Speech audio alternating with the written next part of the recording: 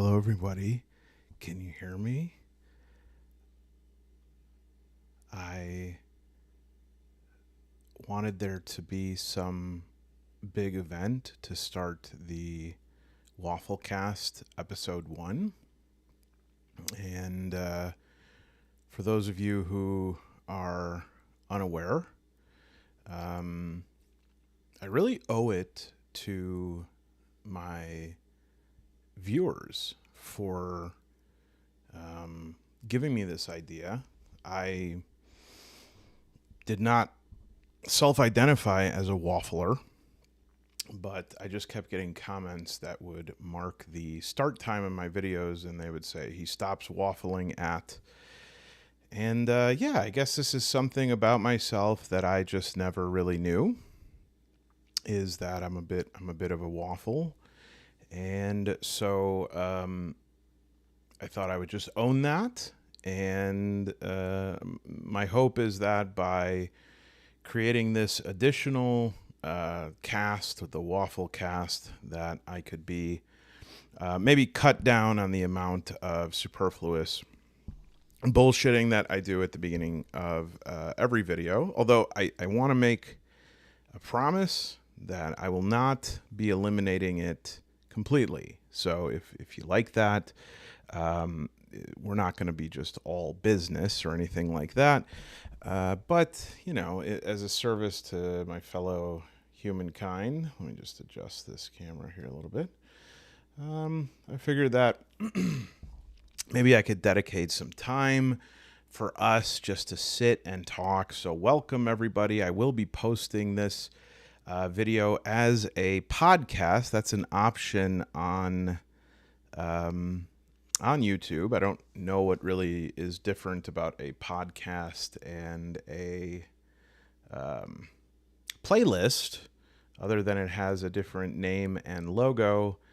But who cares? So I'm not, I don't have any definitive agenda. I have some ideas of things that I would like to talk about. But the first thing I would really like to know is whether or not this is actually streaming right now. So if any of you get a chance, I figure most of you have peanut butter or ranch dressing on your fingers or something like that right now, because it's either late or early. And so if you could wipe that off and just let me know that you're able to hear me, that would give me the sort of reassurance I need. It would give me the strength that I need to endure this recording of this podcast, which is, it's just so difficult for me. You know, it just does not come easy for me to sit and to talk. I'm incredibly shy. And I just, I like to keep to myself. Yes. Very good. All right, everything I just said is a lie. Oh, let's get to business. So this is Waffle Cast, episode 1 of Infinity, and I am man alone. If you're wondering what I look like, there's a picture of me in the bottom right-hand corner of this right here. I am a seal, and I just wanted to start out with giving you all a tarot reading, because, you know, there is a, let's see, I want to make sure that I give this the advertising that it's due, is that every month, I want to just make sure I get the... Okay, yeah. So every month, Solo Spelunking, the YouTube handle, does a different solo RPG handle. Hey, what's going on? Nothing. I'm doing so. I'm gonna try to do the tarot reading for every single person in this room at the same time, just to start off the show. It's obviously hard to capture a tarot reading for, you know, so many people at once. So I want to give, you know, a broad enough reading that it's that it applies to everyone, but specific enough. Oh, let's do it. specific enough so that it is helpful, because nobody wants a tarot reading that's, so broad of like that it doesn't even help you. I want this to guide you. I have to say this because of I'm having a flashback right now about when a long time ago I was doing a tarot reading like this on another website that is not this one, and I got suspended from the site for like 3 months out of the blue because they said that I was providing like, what was it, like unlicensed psychotherapy or something. So this is not real. This is for entertainment purposes only. That being said, it's very mystical and it is going to guide all of you. But the reason I'm choosing to do this is because Solo Spelunking has this solo RPG challenge every month to kind of use some mechanic or some item in a solo RPG play. And I always want to do it, but I'm too narcissistic. I'm too involved with my own stuff, and I never have time for it. And I do have time to feel bad. And so I just kind of want to do a nod to it. If anybody is watching this and is interested in doing that, I will put a link when I upload this to Solo Spelunking's page. All right, that's pretty good. So good morning. So again, there's, I think there's, oh, okay, I could see there's a nice number of people already. And then of course, everyone who watches this video in perpetuity going forward is also this reading will also apply to them. So no matter who you are or when you watch this, this tarot reading is for you. Okay. Oh, wow. Okay. So great reading. And, I did, expect this to come up as I am channeled into, a lot of people tap into a lot of different mystical energies to do tarot readings. I actually tap into the Speed Force, which is what the Flash uses. Because I feel like it's helpful to expedite the tarot reading. So what we have right here is, and I have approximately a 2 decades worth of tarot training. So just sit back and allow me here. So right here, we have the tarot card called the Three of Caped Man, holding sticks. And this is a very powerful card, and it's upright like this. So this means that, I'll say what it means alone, and then we'll talk about like what it means more generally in relation to the other cards. But this card will usually pop up, I would say at least a week before a person is going to have javelins thrown at them. And so now I don't want people to panic. It's not like they're going to get javelins thrown at them immediately, nor does it mean that like the javelins are going to find their mark. This does mean, however, that, there will be 3 javelins thrown at you. And so that could be 3 javelins from one person, that would be good news because that means that they have to, sort of reload or, before they throw the other one. It could be 3 different people throwing the javelins, which we call a javelin conspiracy. And the final thing is that it could be a javelin firing machine, I guess, like a sort of missile launcher, but with javelins. Luckily, when it appears first in order here, that usually means that the javelins are either dull, so it'll just be sort of a blunt force, or at the very least, they're not sharpened enough to be fatal. Okay. And so what I usually recommend for people that pull this Three of Caped Man holding javelins, I usually recommend plate mail armor or some sort of at least Kevlar. If you can, I would stay indoors or at least like behind a wall. You want some sort of coverage. And next, we have the High Priestess. And As you could probably tell from this card, the High Priestess is the patron tarot card of real estate agents. And um, the now whatever you think this stands for, this actually stands for "but John." And so the reason for that is obviously, like if a real estate agent is trying to make a deal with a person named John who looks like they're going to buy the house, and then John says, you know what, we're going to go with a different property. The real estate agent would say, but John, look at the square footage, look at how 2.5 bathrooms, etc. When this is upside down, what this usually means is that you're going to be having some changes in your life soon.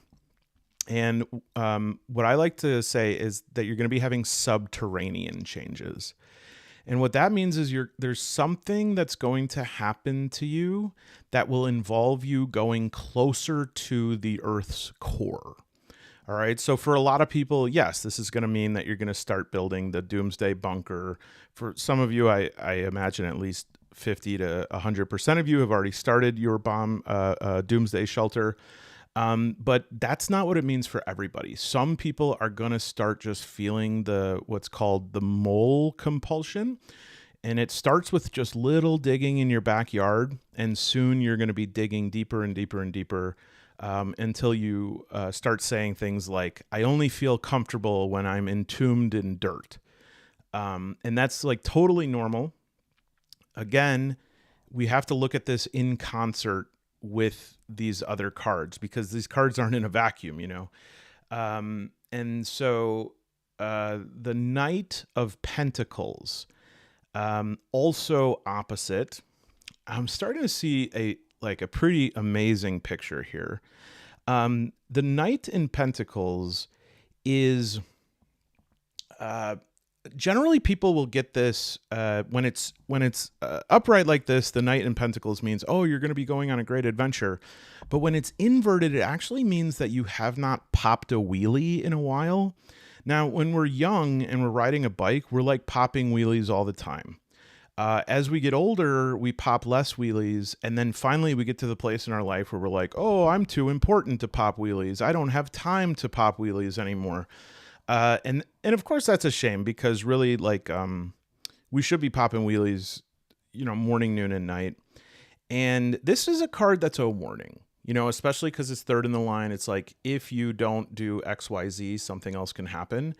And so this is saying you need to bring that bicycle or, motorcycle up to 12 o'clock or at least 11 or 10. Because it's when you're looking up like that, we say, look forward to our future. Well, yeah, that's if we want things to stay the same. But if we want to be on a sort of upward trajectory, we want to pop a wheelie upward.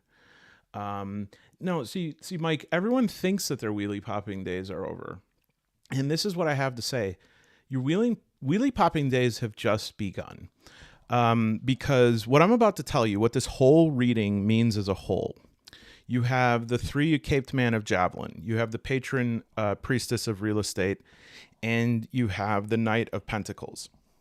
This is probably fairly obvious to everyone by this point, but javelin, discus. Okay, what do we see here? Real estate. Ah, yes. So all of you are going to be invited to the next Summer Olympics as competitors. Obviously, it'll be in one of the track and field events. So some of you will be invited for like the hammer throw, the discus, the javelin. But all of you will play a part in this, and you will represent your own countries. But halfway through the Olympics, you're going to get together and just be like, I just kind of want to hang out and create your own country that is just just a chilling and hanging out country that you could just go to, and like there's no taxes and you just chill. The president doesn't bother you. You just kind of like hang out, and then every 4 years you just go to the Olympics. So I'm really happy for everyone here. The one thing that I'm seeing right now, though, because I can't remember, because this means you're going to the Olympics, but this means that you're going to spontaneously combust. And I'm wondering if I have that backwards.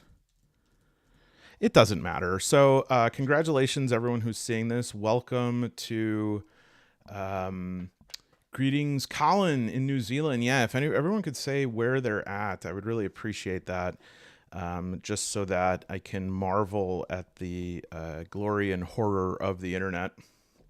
I want to remind everyone so that I don't forget that if we're accepting submissions to the I can solo roleplay that, or I can solo roleplay anything competition.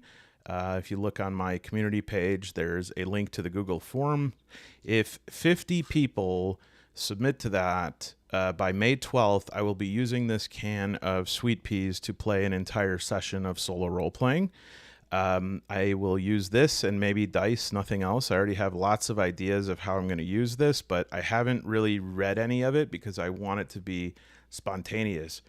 So we got so we have a lot of people in a lot of people in very, very close places. So Brisbane and New Zealand and Florida, all of those are within 5 miles of one another.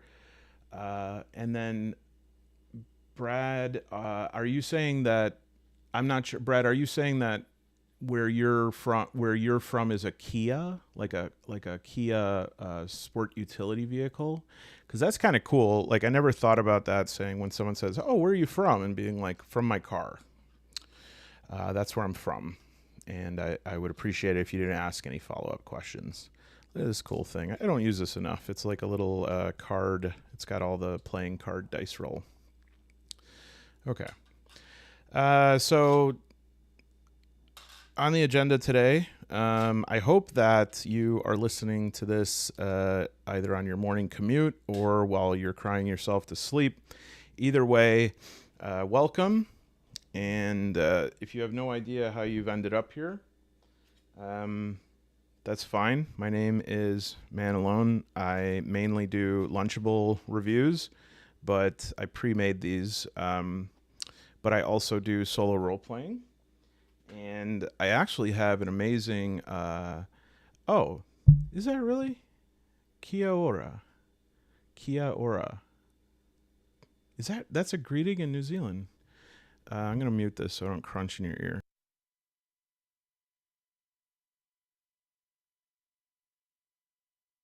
Oh, yeah. Okay. So, before I get on to the RPGs, well, this is RPG stuff, but I did promise I was going to do the world premiere of the new Borg supplement. This is Cardboard Box Borg. I still got some chewing to do. Give me a second.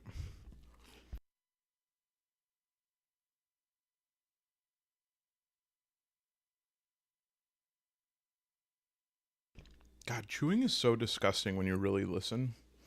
Okay. So this is... Oh, right. Maori. That's awesome. Great. Welcome, everybody. This is Cardboard Box Borg. It's the newest one. Compatible with Mork Borg. And they, I guess they sent this as a review copy for me, so I just thought that we would take a peek inside. Oh, wow. So, I think they meant to say compatible, but it says compostable here. That's interesting. And then, gosh. All right. Well, that's the shipping materials, I guess. Roll D6 or whatever. If you roll 6, you're doomed. Okay. And then I guess these are the characters over here. So the first one's the smelly man with a stink +1, and then HP is too busy to say. Is that the author wrote that? They're too busy to say what their HP is, or that the smelly man is too... Well, okay. And then character 2 is Screaming Tabitha. And then skills are, what do you think? And then somebody just wrote Mork Borg to kind of fill in the space. All right, well, maybe there's something. Oh, cool. Well, this doesn't. This is sort of, I guess, a map. The Land of Vomit. It says to roll a d17. If you roll a 1, it's a. Okay. Maybe that's a maybe this is an early copy and that's just a typo. So I guess this takes place in the Land of Vomit, and this is the Vomit River, and then this is King Puke. I guess that's kind of cool. It's actually on Shitstarter. I could put the link. But I mean, I guess like it comes down to value, right? Because so maybe like yes, maybe this is like a little bit thin on value, but well, I'll say this. Maybe it's thin on material, but like, you know, if the cost is just right, then it's pretty good. I don't know if it will say. Oh my god. Wait a minute. This thing costs $599 a month. How does that even work? Do you have to rent it, or do you have to pay like a subscription? I don't think I can.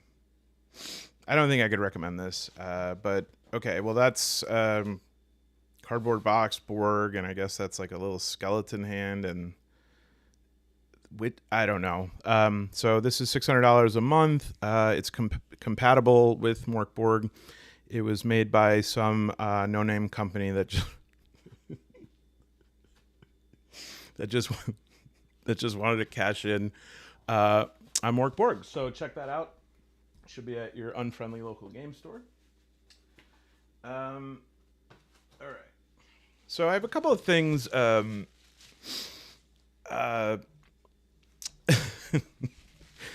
Is this send in Nevada? You just send loathable things to Nevada.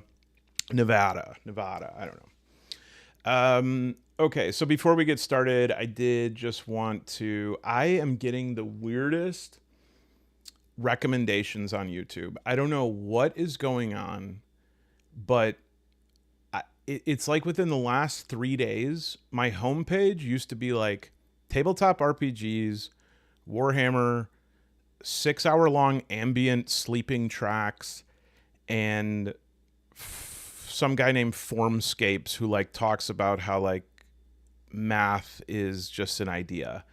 And then about 3 or 4 days ago, I started getting this influx of recommendations of like these 12 to 30 second videos that for the life of me, I cannot understand why I'm getting these. I've been getting a lot of high school and college students, like their recordings they make for class when they have to give like a speech on the House of Representatives or something like that, and it has like 3 viewers. I get recommended that on my homepage. And I keep clicking like, I'm not interested in this. Please stop sending this to me. And they keep sending it. So I figure I might as well like make the best of it. And I guess if I can, I just want to, let's see here. I hope this will work. I was just going to like each time I do one of these, I was going to play one of these videos because they're literally like 20 seconds long. So here's one. I hope the sound on this will work, but let's see. Yeah. Okay. This is one I got today. Let me know if you could hear it, but this one is called He Just Does Math All Day. And here's the... Oh, it's a little bit loud. Let me turn it down just a little. Okay, here is the video. He always talks about math. He doesn't do any work. All he does is just do math all day. Sometimes he cooks us dinner if he's feeling nice. And he eats a lot. Okay. So that was recommended to me, and I don't know if you saw that, but that person's name was Galadriel, so maybe that's why it was recommended to me. Okay. Yeah, I mean, I when I really think about it, it's actually like chilling. Like, why did I get that? Is there someone who's like directly... I always wonder if if YouTube could just put like recommendations in manual, like it's usually on automatic, and they'll just be like, I just kind of mess with somebody a little bit and put some recommendations on manual and just start putting stuff in and see how long it is until they crack. So that's your senseless video of the week. I received in the mail from Alex T, who's an awesome dude. Alex T, in case you don't know, is the incredibly industrious RPG author that put out. No, she's not talking about me. No, I don't think so. I don't do math all day unless you're talking about like derived attributes. Alex T does Across 1,000 Dead Worlds, and this was the supplement I got for that today, starting crew and exploration sites. And I've been putting together the how to play video, and the one I put out tonight was not. I can freely admit is not my best work. I should have prepared a little bit more for it. It ended up being over an hour, and I like looked through the stuff I had to talk about, and I said, "Oh, this stuff's pretty simple." And then as I was going through it, I was like, "Ugh, I don't think that I studied enough for this exam." But to be fair, I started recording that same video last night, and about 25 minutes into it, I realized that my mic was on muted. So I was just sitting in my office talking to myself, which is like a really demoralizing feeling when you realize that you've just been sitting alone talking to yourself. And so I was like, oh, and I just said, forget it. I'll do it tomorrow. And so I think that I had thought that I covered everything, and I really didn't. Anyways, Alex T is a really cool dude. I think really great game designer, and emailed me and was like, hey, can I send you some of my other stuff? It's not a paid promotion. You don't got to review it. Just want you to check it out. And I was like, yeah. And I just want to say that getting free stuff is a dream come true. I think that there are some people who, when they start a YouTube channel, they're like, I hope I make $1 billion. And if I make $1 billion with this channel, there's something wrong with the world. Like there is some mistake that has been made. Like the Adjustment Bureau needs to come in and fix that. I've never had any delusions that I was going to make money off this channel. It's something I do in my free time, which I have a lot of, not because I'm not busy. I'm actually in a doctoral program full-time and work full-time. But I have a lot of free time because, and some of you might share this, I have what might be called a shortwave sleep disorder. So I only sleep about 3 or 4 hours a night, and I get I'm awake a lot when everyone else is asleep, and I feel quite lonely during that time, especially like from 2 to 4 a.m. And so I was like, well, maybe I could just like there are other people awake who are saying Kia ora to me from all over the world. San Juan Islands, that's pretty awesome. Florida, Chicago, Nevada, Torch in Dark, Note Quest, nice and easy. But yeah, I do this channel because I just wanted something to do and have some sort of feeling of human connection at those small hours. And so if I to make $5 off this channel which I have, I think I've made, thanks to some people in here actually, are saints and have sent me some super thumbs up, and I can't even describe the delight that I have in that. But truly, if you were to say, if you only got little treats in the mail like this every once in a while, would you keep doing this channel if you never had anything beyond that? And I would say 100%. In fact, if you were to say to me, would you rather get $50 a month check guaranteed from this channel or randomly get free treats? I would be like, treats. without even skipping a beat, because getting something like this in the mail makes me feel like I'm like, I beat the system. I beat the system. I got a free game, and I've been like carrying these around like a little safety blanket or something. Like I just am flipping through them and I'm like petting them. And so I just absolutely that's a dream come true. And so I'm not necessarily going to be doing a playthrough right now. I just wanted to take a look at this, take a look at these. I've kind of not deep dived into them, so that I can talk about them during this stream. And yeah, so under Ashen Skies, you take the role of a person who awakes in a world of darkness, loss, and horror with no memories of who they are. That is essentially what I feel like every morning when I wake up before work. Okay. In order to understand who you were and what this place is, you must venture out from your apartment, the only place seemingly safe, and explore the different locations and locales of the town of Riverside, encountering other inhabitants of this strange place, some of them as lost as you are, others with a semblance of understanding.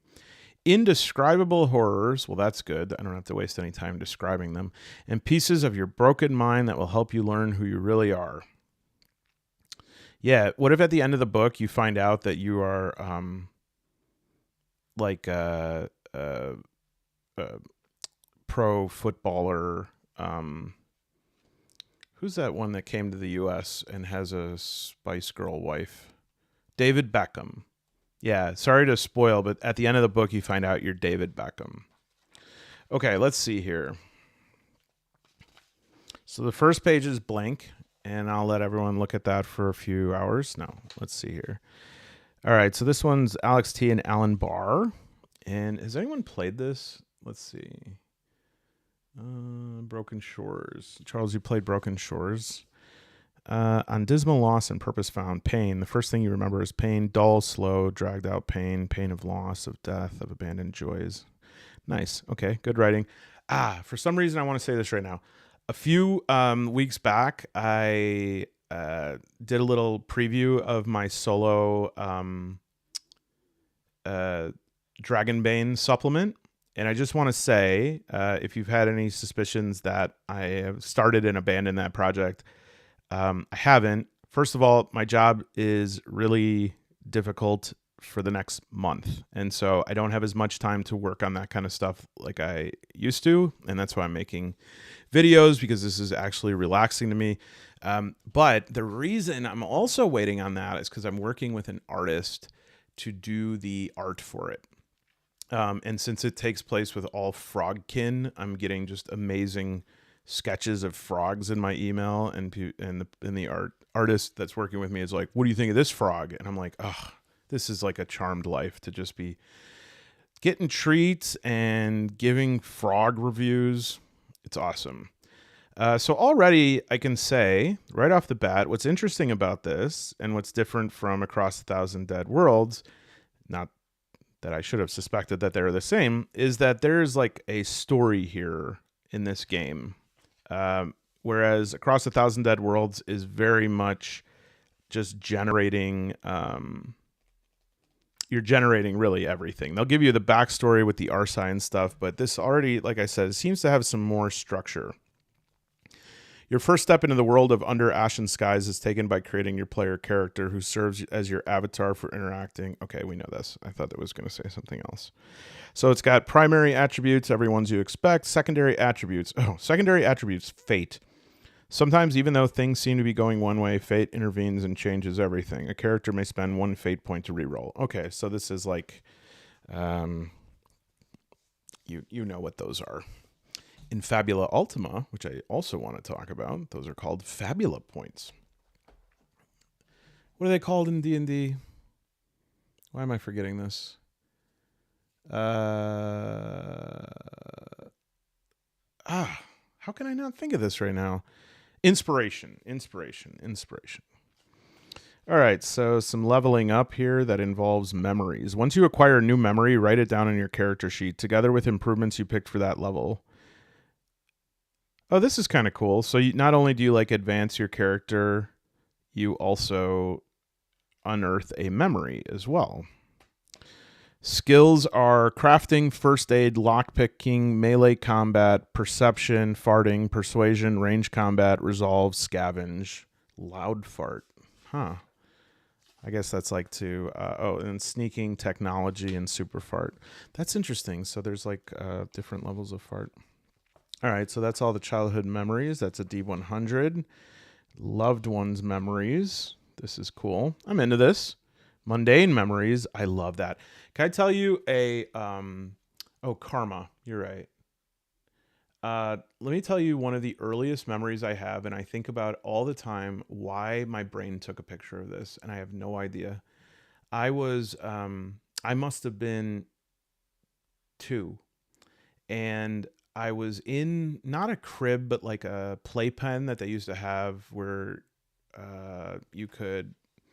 It was like on the floor. It had, 4 wall. Okay. I will admit that right now, what I'm describing sounds like a place where they would keep like like an animal. I promise you, I was not livestock when I was young, but it was like a playpen. It was a place that the parents, you had like it was padded. And anyways, I saw outside of that a nickel in the US, like 5 cents, shiny silver, even though it's nickel probably. And I remember being like, oh, I want that. Like, I know what that stuff is. That stuff is like money. I want that. I want that. And I was pointing at it, and my uncle came by, and he was smoking because this was like 1985. And he was smoking, and I'm pointing at this. I'm like, give me that nickel. Give me that nickel. And he takes it. He looks at it, and he puts it in his pocket. And I start crying. And he says, I'll give you something better than that." And he took a newspaper and he tore out a coupon for Rice Krispies and gave me this coupon. And he said, nickel is worth 5 cents, but this coupon will get you 30 cents off Rice Krispies.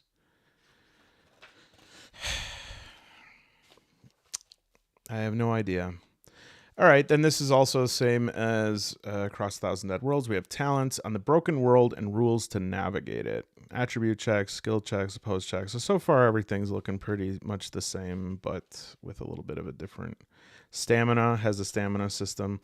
Man, this has got to be awesome when you develop a system for your TTRPG, and then it just is like you could just keep adapting it to whatever sort of like world you want to drop people into.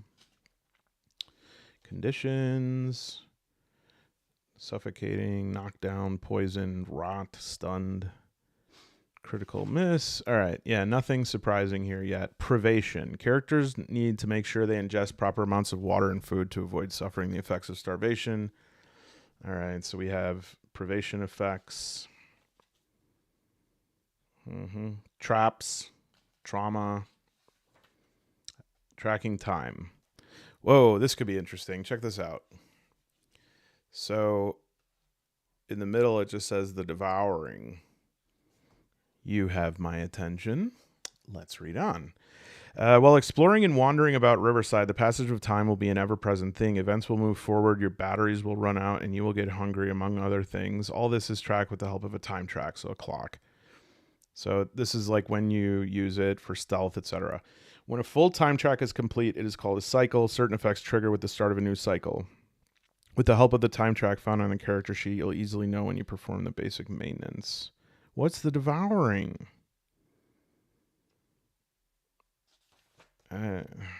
So this emotional tracker. Oh, interesting. There's like different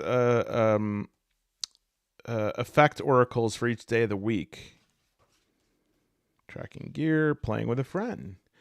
I have to admit something, and since you're all on the Waffle Cast right now, I feel safer to admit it because I think only real heads are going to be watching this. But I am busy right now in terms like my dance card is full, let's say, because just with everything I said.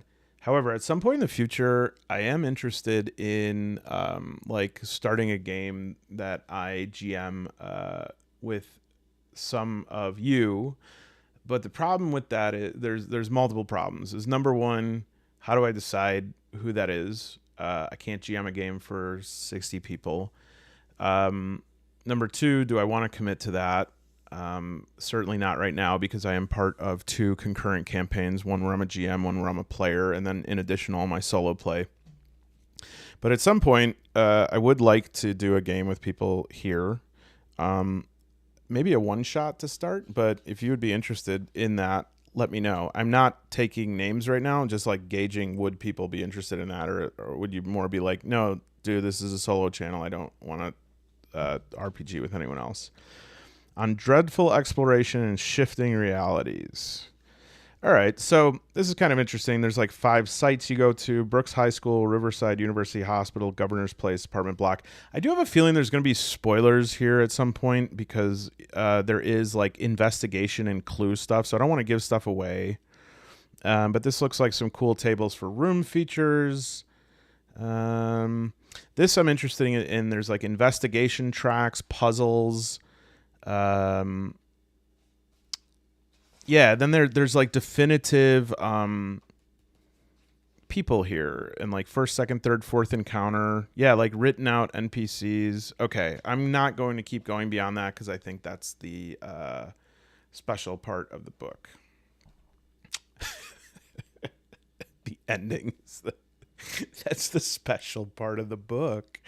I mean, it just might have some like spoilers. So, all right, that's Under Ashen Skies. This is Broken Shores. Man, I dream of being able to write in a font like this, but whenever I download a font like this, it never looks how I want it to look. It is completely inscrutable. Okay, so let's check this one out. Now, this one is not specifically solo. It's a tabletop role-playing game where players take...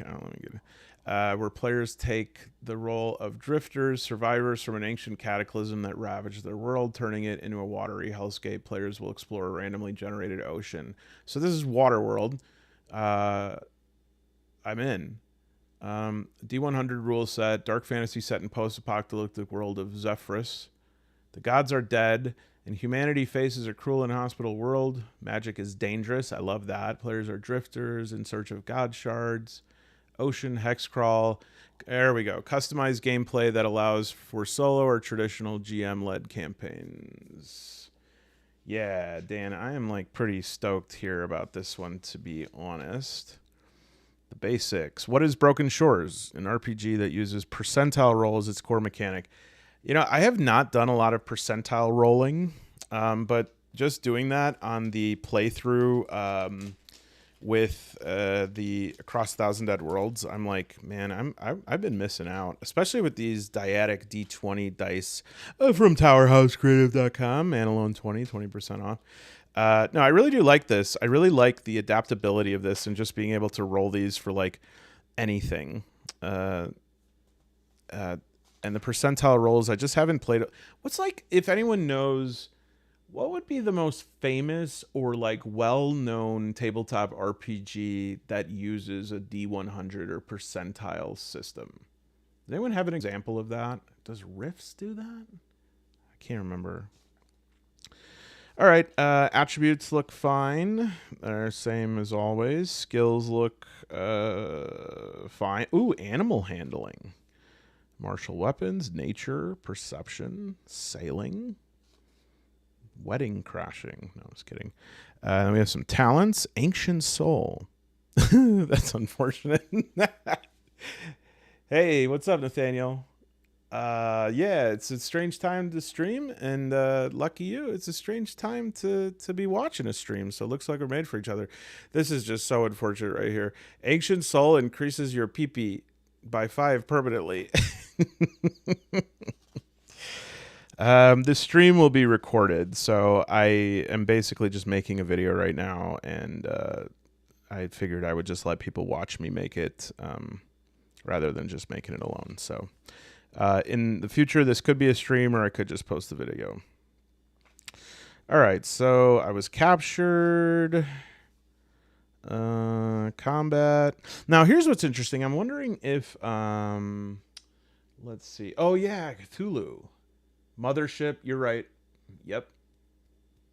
Yep. Um,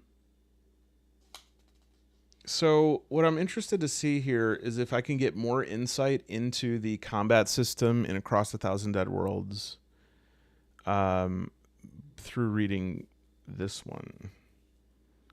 I'll create opening. I don't know if anyone is playing Rogue Trader, the Warhammer CRPG. But I've been just like, if you do play that game, I've just been like using create opening over and over and over in that game.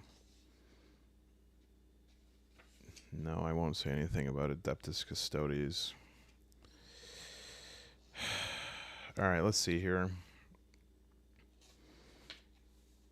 I like the size of this one. This is like literally just like a little, like the size of a young adult novel. Timers, crafting.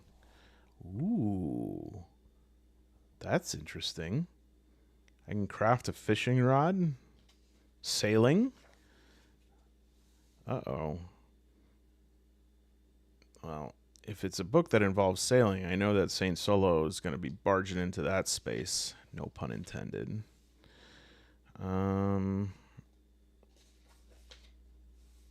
Okay, a D100 action table. Dang. Let me try one. 88. Evade. What if I just ended the video now? Warhammer Fantasy Roleplay. Oh, Warhammer Fantasy Roleplay uses it. That's interesting because I was wondering. I played Imperium Maledictum and Wrath and Glory, and I was like, I wonder if this has the same rule set as Warhammer Fantasy Roleplay. There are some people who are fanatical about Warhammer Fantasy Roleplay. It's just one of those things that's been around so long, and it's unclear to me like where to get into it at, and also like amongst every other thing. And but I am curious about that. Obviously, like I'm a huge 40K fan. I've never really got into fantasy, the old world, or Sigmar. Yeah, Brad, I think it is overwhelming. And sometimes, in case this chat doesn't show up, sometimes it doesn't port over. The question was, is it overwhelming to have so many RPGs? It is and it isn't. Because, you know, like some of them I'll just like pull out and read sometimes, especially because I write stuff. I'll use those as material. But yeah, sometimes I feel I will like personify some of these RPGs and be like, oh, you know, I bought you and I never played you. I feel bad. I should take better care of you. In fact, I have one right here, right now, that I was just thinking about the other day. I don't know if anyone has seen this one, but this is an Evil Hat, which I generally am not drawn towards Evil Hat games, but this one is really well made, Aegon, and it just looks so different from so many other RPGs that I picked it up because it was like $23.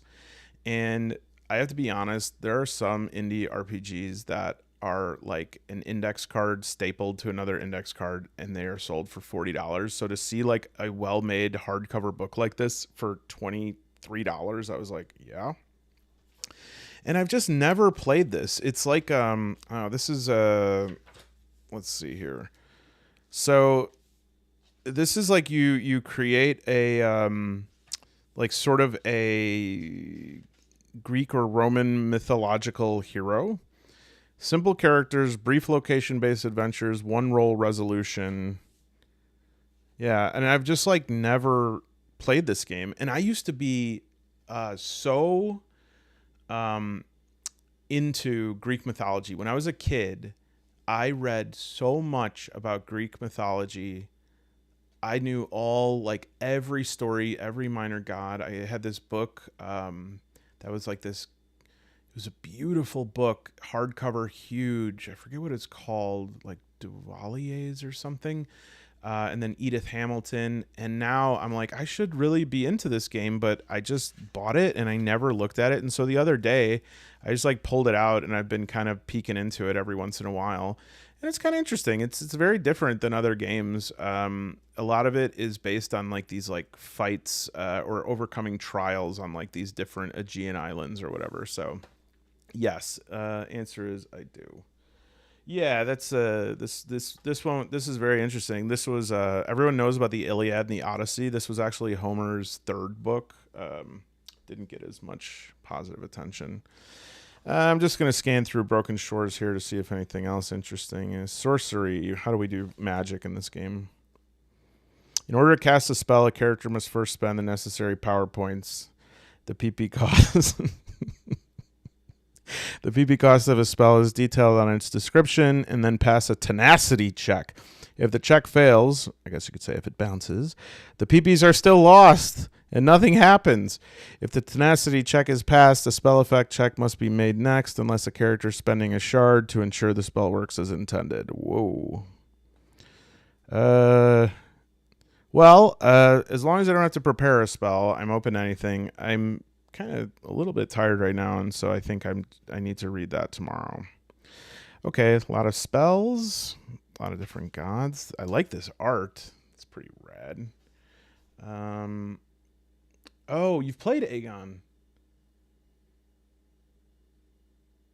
Yeah, so Dan says the magic is kind of nuts in this. Lots of bad stuff can and probably will happen. Are you talking about Broken Shores, Dan? Because this seems to be one of those systems where like magic can just like blow your hand up for casting something. Oh, I dig this. Oh yeah. Anytime you give me a game that has like religious based factions in it, that has a grimdark feel to it, I'm in. I am so in. I'm going to be doing National Novel Writing Month in July with my girlfriend, and we are, I think, July.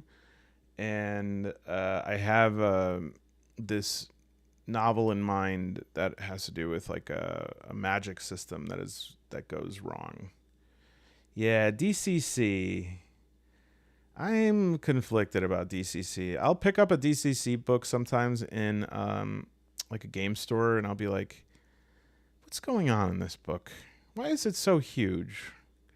What's this art? All right. Well, that looks cool. I'll probably solo one of these.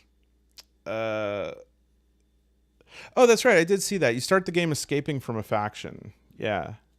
I like that. It reminds me of, what was it, Salt and Sanctuary, where you had to like declare a religion. That's not a tabletop RPG, but or it might be, but for a Switch. Okay. Moving along. Once again, just want to do a little plug. This is not really a plug at all. I don't know why I said that, but I just want to mention that I am playing in a Coriolis campaign and GMing, and I just want to say once again, and you fight me if you want, I think that this game has awesome lore. I think this game has awesome lore. There's some mechanics in it. The Year Zero engine, I am really conflicted about Year Zero engine. What it comes down to is like, what it comes down to with mechanics a lot of times is like, how does it feel when I win and how does it feel when I lose? Is it exciting when I get the role that I want? And what I will say about Year Zero is that it is way faster for your eyes to recognize if you won or if you blew it. And because all it is like you roll a dice pool, and if a six, at least 1 6 shows up, you pass. There's something about it, though, that really compresses stats. Like the stats feel like they don't. It almost feels like I succeed when I don't feel like I deserve to succeed, and I fail when I feel like there's no reason I should fail. That aside, I think that the lore in this game is awesome, and I'm very excited for the next one that's coming out, which apparently has rules changes and stuff. I mean, it's the sort of successor or sequel. But yeah, this game is so nice, and I'm really excited because I'm moving through all the campaign books in order, which usually, you fall into these things from wherever it is at the time, and then you kind of work backwards after having spoiled a lot of stuff. But I literally don't know anything that happens beyond book 1 right now, and I'm really excited about that. I don't know if anyone cares.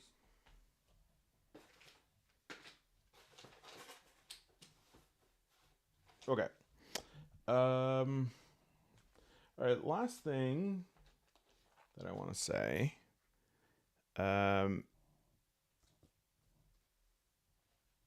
Oh yeah.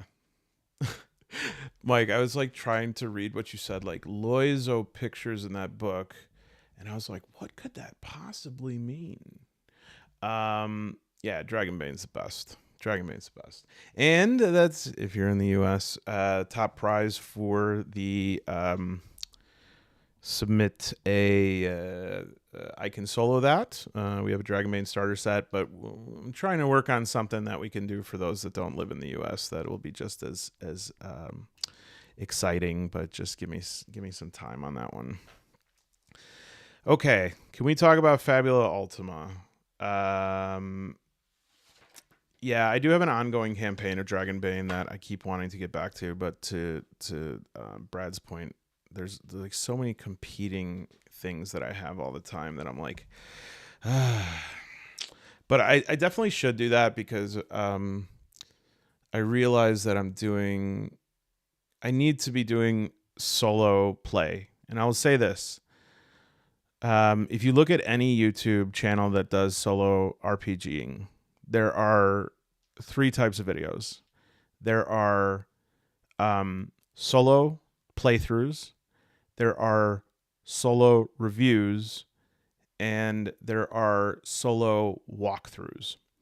And in terms of the playthroughs, there are 2 categories: episode 0 and 1, and then everything else. And usually the first session of a solo playthrough has lots of views. And then as you go on, it has less and less and less views because there's, a lot of solo RPG plays. Those of you who know this, who do this, is like lots of people want to do it. Lots of people like the idea of doing it, or they want to be the type of person that does it, but less people follow through on that. And so I'm not trying to say, you got to be a genius or that you're super special if you do. But, for some people, it's harder to have that follow through. But a lot of people like those session 0s and 1s because it puts them in that place of imagining themselves starting their own campaign in it. But it's less people that want to think about episode 2, 3, and 4. However, that is not the reason I haven't been doing more playthroughs. I haven't been doing more playthroughs because I've just been so busy, and doing playthroughs requires more mental energy. But also, it almost makes me want to do playthroughs more because I don't give a shit if I don't get that many views on anything. And so it would be very satisfying for me to be like, yeah, I'm going to make this video. It doesn't get a lot of views, but it's what I want to do. And so that's what I'm going to do. I never did a JRPG. Is it different? Okay, I would say that a JRPG, I think that I would not do it justice to describe it very well. I know it by example, but I can say that JRPGs are mostly defined by aesthetic. So what you're going to have is high dramatics.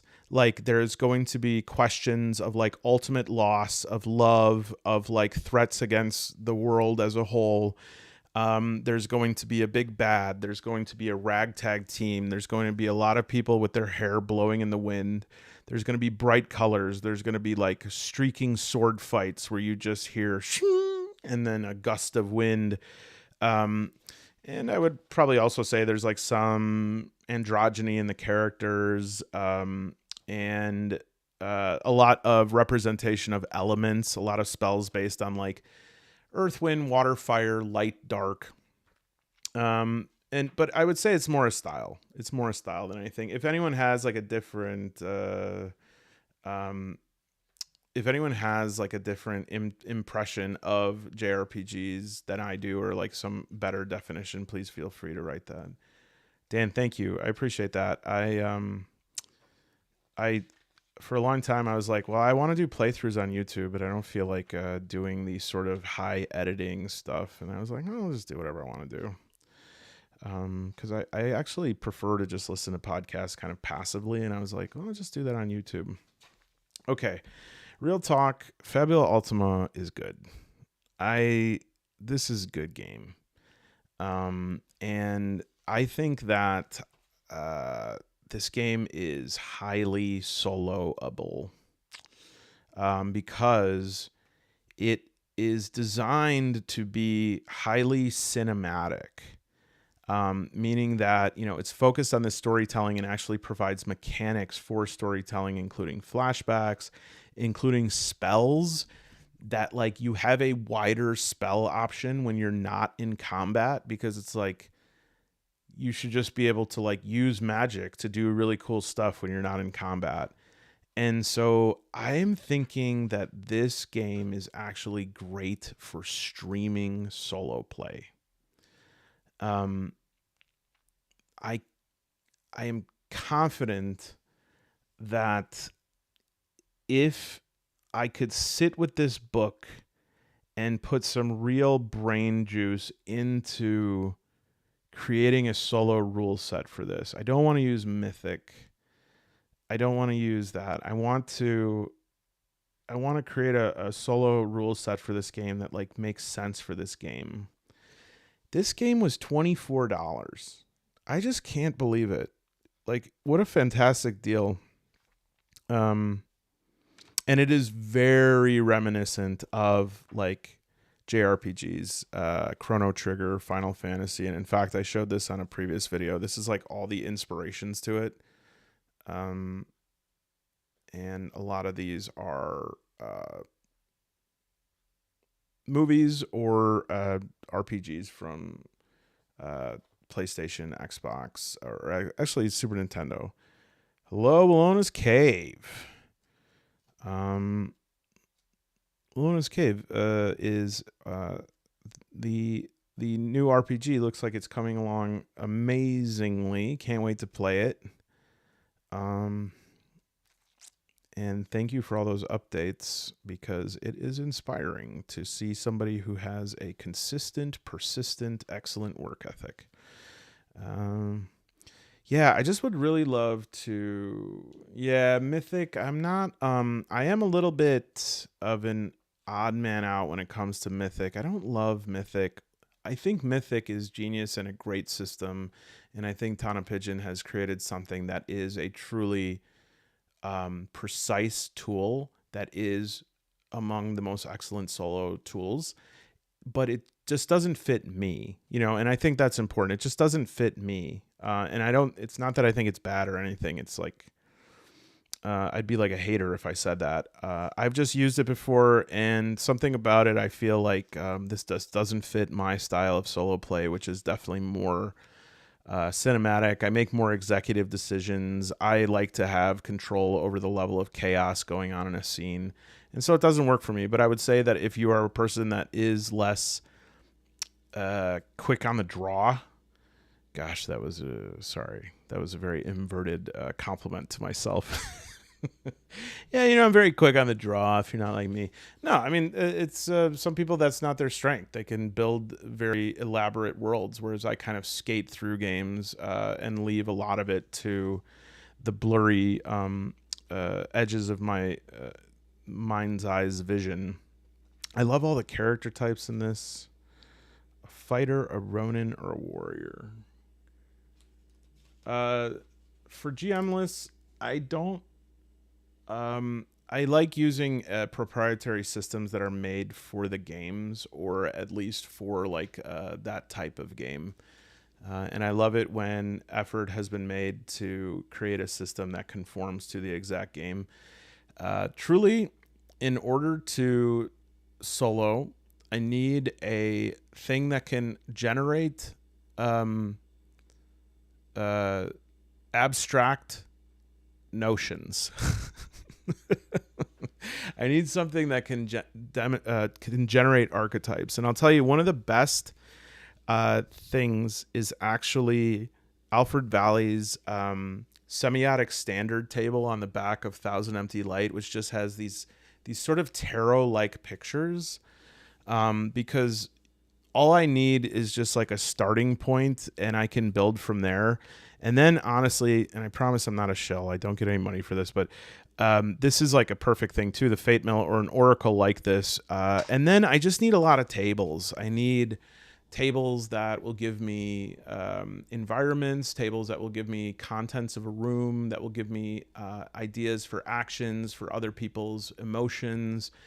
I actually prefer to have as little as possible when I solo, because I feel like when I have too many tools, it gets in my way. I slow down and I start becoming mechanical, and it starts feeling like work. That is not the approach that other people who solo prefer. I I represent a sort of different approach to this that's more loose, that is more leaving more up to the person. And I truly do not think it's superior. I just think it's a type that I think is, I just like representing that type because, you should be yourself, et cetera, et cetera. But yeah, I don't have like a preferred GM tool. I'm trying to think if, no, there's not like any system that stands out for that. I put what was the one that we use that we're using? Well, that I posted in the thing for the solo round robin, which all of you should watch because it's excellent. Okay, see you. Take care. You need to drive kids to school. Yeah, I hear you, Dan. I think I could use solo rules from most games on other games. Like I often talk about the Dragonbane solo rules are like everything you need.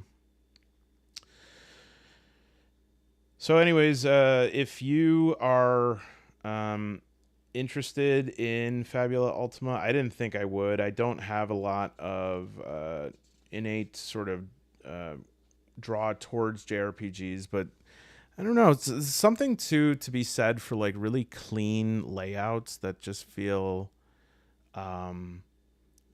like there's it's very easy. The eye follows. Everything is like well patterned. Yeah, Moses, I feel like if you gave me just tables, like tables about anything, then tables are I feel like I don't even need dice sometimes for that. And we're gonna see how I'll put my money where my mouth is, because I may be soloing with a can of peas very soon. Here's a great example of just like tables that I would that are worth so much, just like adjectives, details. It's so much more than you need. You can draw so much from a single word. Character creation, flowcharts, salivation, location names. Yeah, these are the kind of things that I live for. It looks pretty. You're right. It looks pretty. There's something to that. Although I will say that this, you can go ahead now. I already redeemed it. You can't steal my code anymore. That's for the PDF. I just feel like this cover has been already so destroyed by me. And I'm remembering when I was in grade school and I had to put a stupid cover on all my books and how messed up they would get. But all the girls in my class, their covers remained like absolutely perfect. Okay, I am tired as all hell, and so I think this was just a real joy to be hanging with all of you. I'm going to go ahead and post this video and then go to bed. Let me know what you think about Fabula Ultima. Let me know what you think about if 2012 will be the end of the world. Oh, that already passed. Did it happen? Was it? Kind of was. Okay, everyone. Thanks for stopping by. Have a great night or day or whatever it is, and we'll see you soon.